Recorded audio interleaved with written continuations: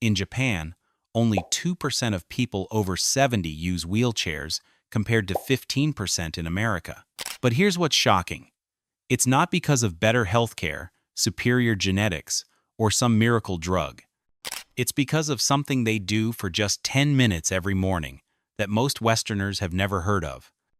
While American seniors are being fitted for mobility aids and moving into assisted living, Japanese elders in their 80s and 90s are still gardening, climbing stairs, and living independently. The difference isn't luck. It's a systematic approach to preventing the muscle weakness, balance loss, and joint stiffness that leads straight to wheelchair dependency. What you're about to discover isn't some complex rehabilitation program or expensive physical therapy. It's a simple 5-step system that Japanese elders have been using for generations to maintain their independence well into their 90s. These aren't high-impact exercises or gym routines. They're gentle, specific movements that work with your body's natural design to prevent the cascade of decline that starts happening after 50. Before we dive in, I want to hear from you. Drop a comment below and tell me, what's your biggest fear about aging? Is it losing your independence, needing help with daily tasks, or becoming a burden on your family?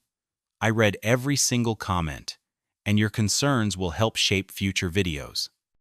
If you're ready to take control of your aging process instead of letting it control you, hit that subscribe button and let's explore the first method that forms the foundation of everything else.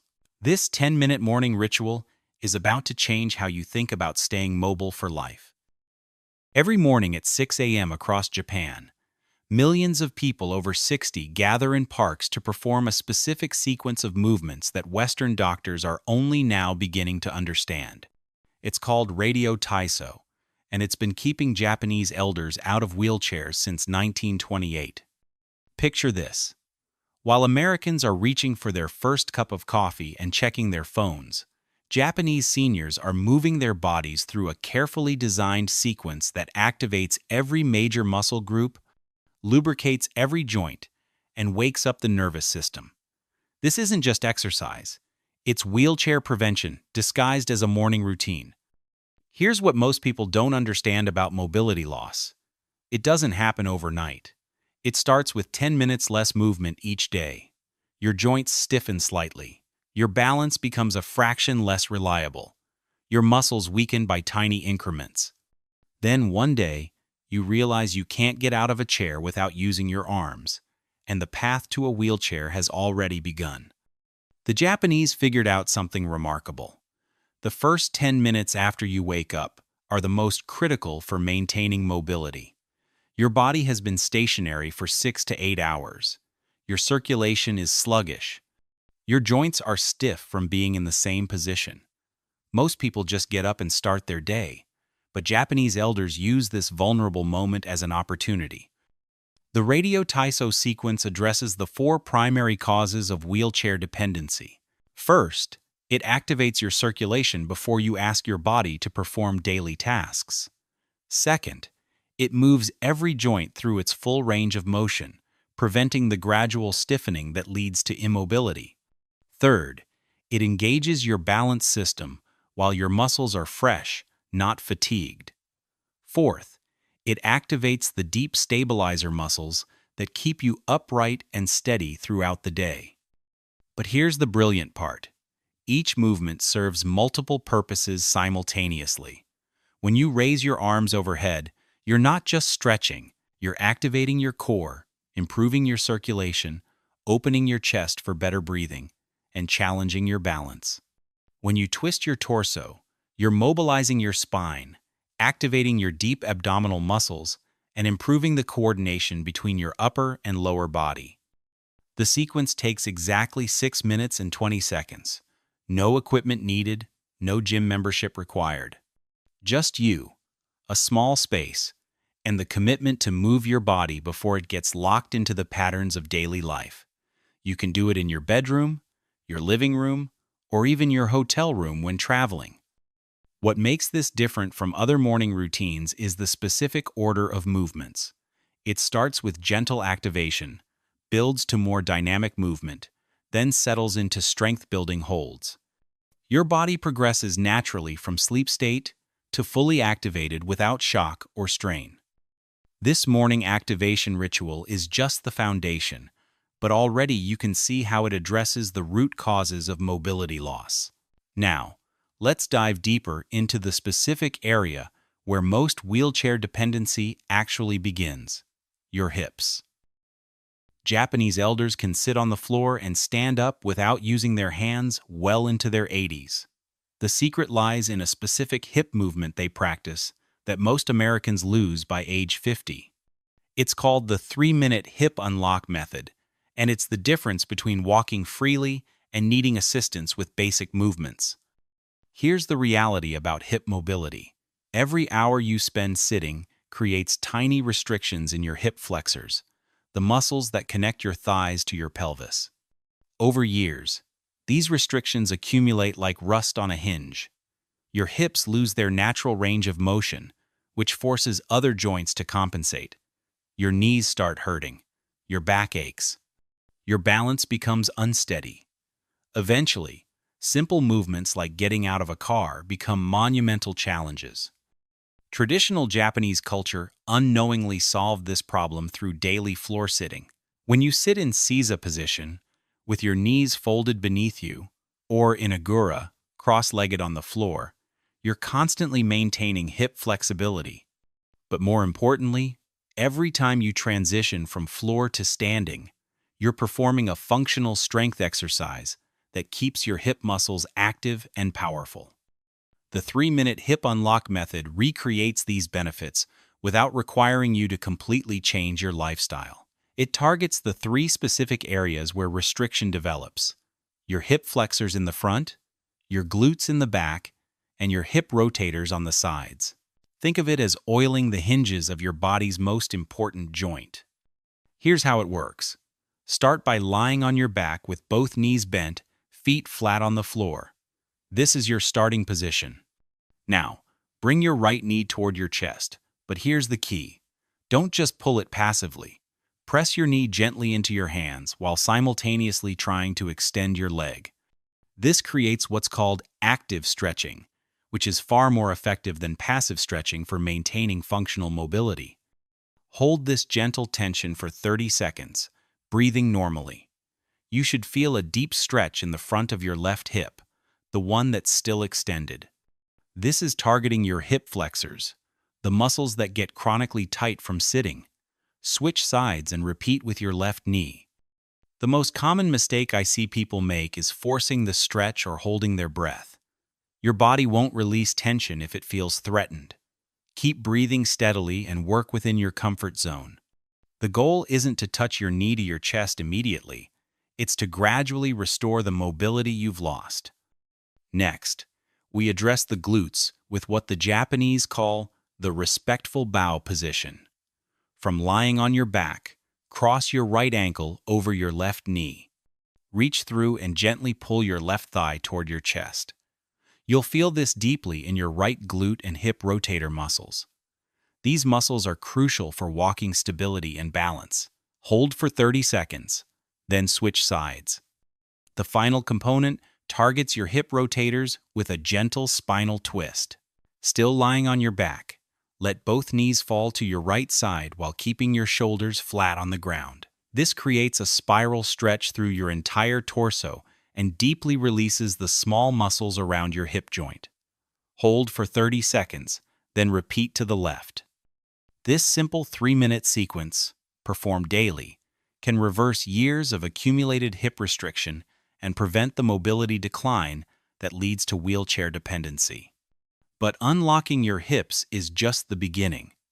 Now we need to address the system that keeps you upright, your balance. Falls are the leading cause of wheelchair dependency after 60, but traditional samurai training includes a balance technique that makes falling nearly impossible, even on uneven ground. What if I told you this ancient warrior secret takes just 2 minutes a day and can be practiced in your living room? Here's something most people don't realize. Your balance isn't just about not falling, it's about confidence. When you trust your body to keep you stable, you move differently. You walk with purpose instead of shuffling cautiously. You navigate stairs without gripping the handrail. You turn around without thinking twice. But when balance becomes unreliable, everything changes.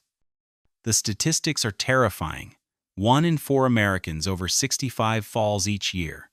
Of those who fall and break a hip, 50% never walk independently again. But here's what's fascinating. Elderly Japanese people fall at less than half that rate, and when they do fall, they're far less likely to sustain serious injuries. The difference lies in something samurai warriors discovered centuries ago during their training. They called it root and flow, the ability to be simultaneously grounded and adaptable. Picture a tree in a storm. Its roots keep it anchored, while its branches bend without breaking. This is exactly what proper balance training develops in your body. Most balance exercises you've seen focus on standing still on one foot or walking in a straight line. But that's not how real life works. Real balance challenges happen when you're reaching for something high, stepping over an obstacle, or turning quickly. The Samurai Balance Recovery System trains your body for these unpredictable moments. The technique starts with what's called dynamic rooting. Stand with your feet shoulder-width apart. But here's the key. Instead of trying to stand perfectly still, allow tiny movements. Sway slightly forward and back, side to side. Feel your feet gripping the ground, your ankles making micro-adjustments, your core muscles engaging and releasing. This is your balance system coming alive. Now comes the warrior element. Slowly shift all your weight to your right foot, but keep your left foot lightly touching the ground for safety. This isn't about balancing on one foot. It's about training weight transfer. Hold for 10 seconds, then slowly shift to your left foot. You're teaching your body to smoothly transition between stable positions. But here's where it gets interesting. Add gentle arm movements while maintaining your single leg stance. Reach forward, then back. Circle your arms slowly. Each movement challenges your balance system in a different way, forcing those deep stabilizer muscles to coordinate and respond. These are the exact muscles that activate automatically when you stumble, potentially saving you from a fall. The most common mistake people make is gripping with their toes or holding their breath. Your balance system works best when you're relaxed and breathing naturally. If you're tensing up, your body can't make the subtle adjustments that maintain stability. Advanced practitioners add what samurai called external challenges, closing their eyes, turning their head, or standing on different surfaces. But start simple. Master the basic weight transfer first. Your confidence will build naturally as your balance improves. This balance recovery system doesn't just prevent falls. It transforms how you move through the world with confidence and control. But even perfect balance won't help if your muscles can't support your body weight when it matters most. While Americans lose muscle mass at 3% per year after 60, Japanese elders maintain functional strength through bodyweight movements that target the exact muscles needed for independence. The difference isn't genetics or superior nutrition. It's understanding which muscles actually matter for staying out of a wheelchair. Here's the problem with most strength training after 50. It focuses on the wrong things.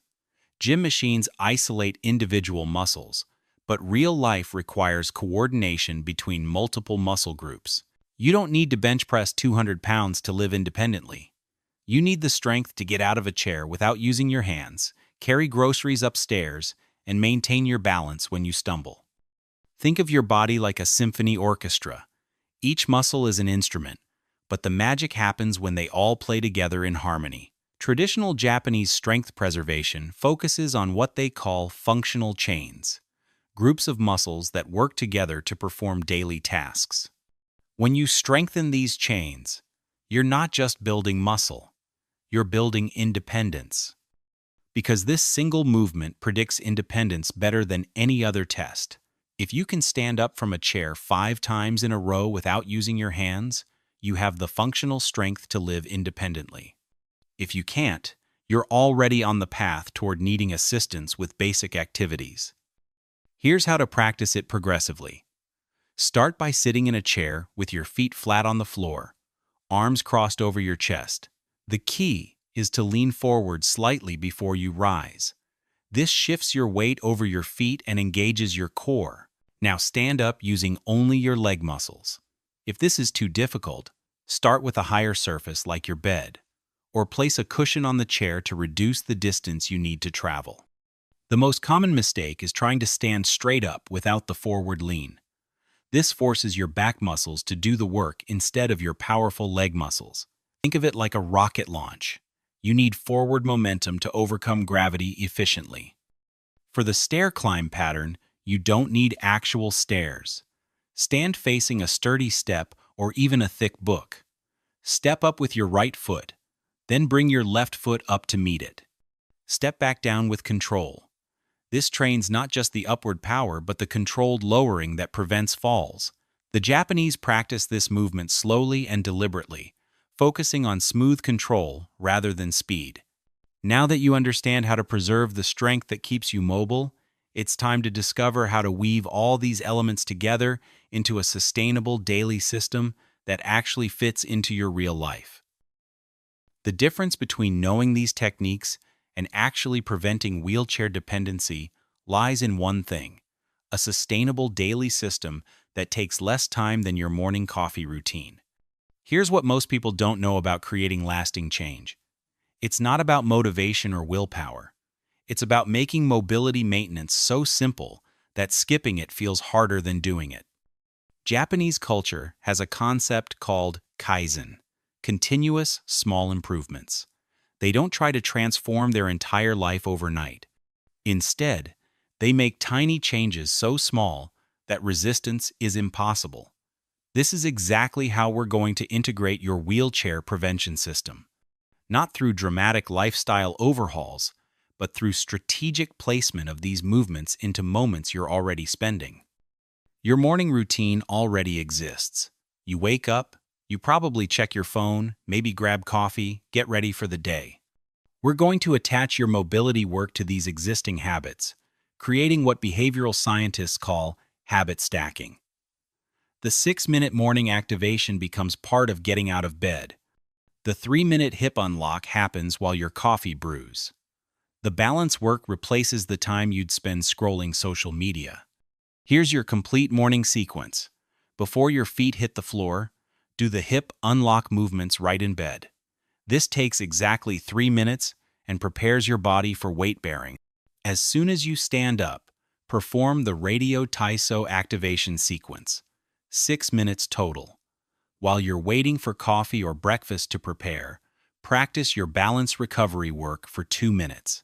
That's 11 minutes total, seamlessly woven into activities you're already doing. But here's the genius of the Japanese approach. They don't stop there. Throughout the day, they practice what's called micro-dosing movement. Every hour, they perform one chair rise.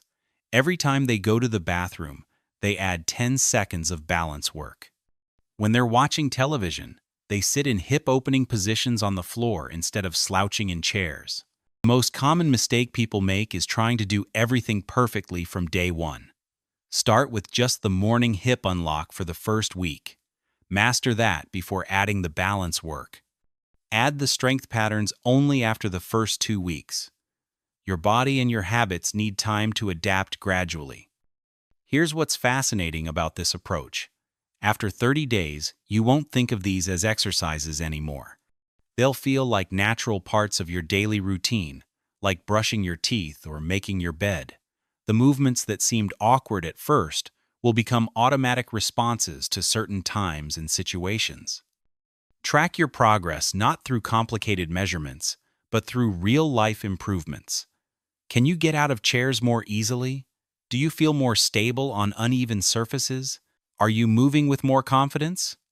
These are the metrics that actually matter for wheelchair prevention. The key is consistency over intensity. 10 minutes daily for 50 years beats 2 hours weekly for 6 months.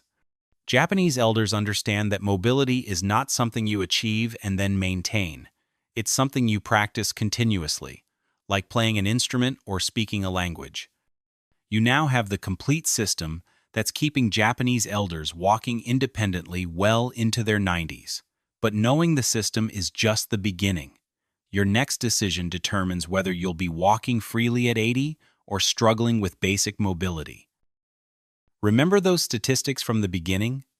Only 2% of Japanese elders over 70 use wheelchairs, compared to 15% in America. Now you know why.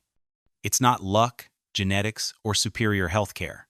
It's 11 minutes each morning and micro movements throughout the day that preserve the independence most people lose without realizing it. Every day you wait is another day of accumulated stiffness, weakened balance, and declining functional strength. But every day you practice these movements is a day you're actively preventing the cascade of decline that leads to wheelchair dependency. The choice between walking freely at 80 or depending on others for basic mobility starts with what you do today. With consistency and the right approach, you can maintain mobility, strength, and balance well into your 90s. The system is simple, the time commitment is minimal, and the results speak for themselves across an entire nation. Now I want to hear from you. Which of these 5 techniques resonates most with your current needs? Are you going to start with the morning hip unlock, or does the balance recovery system feel more urgent? Comment below and let me know which movement you're committing to practice this week.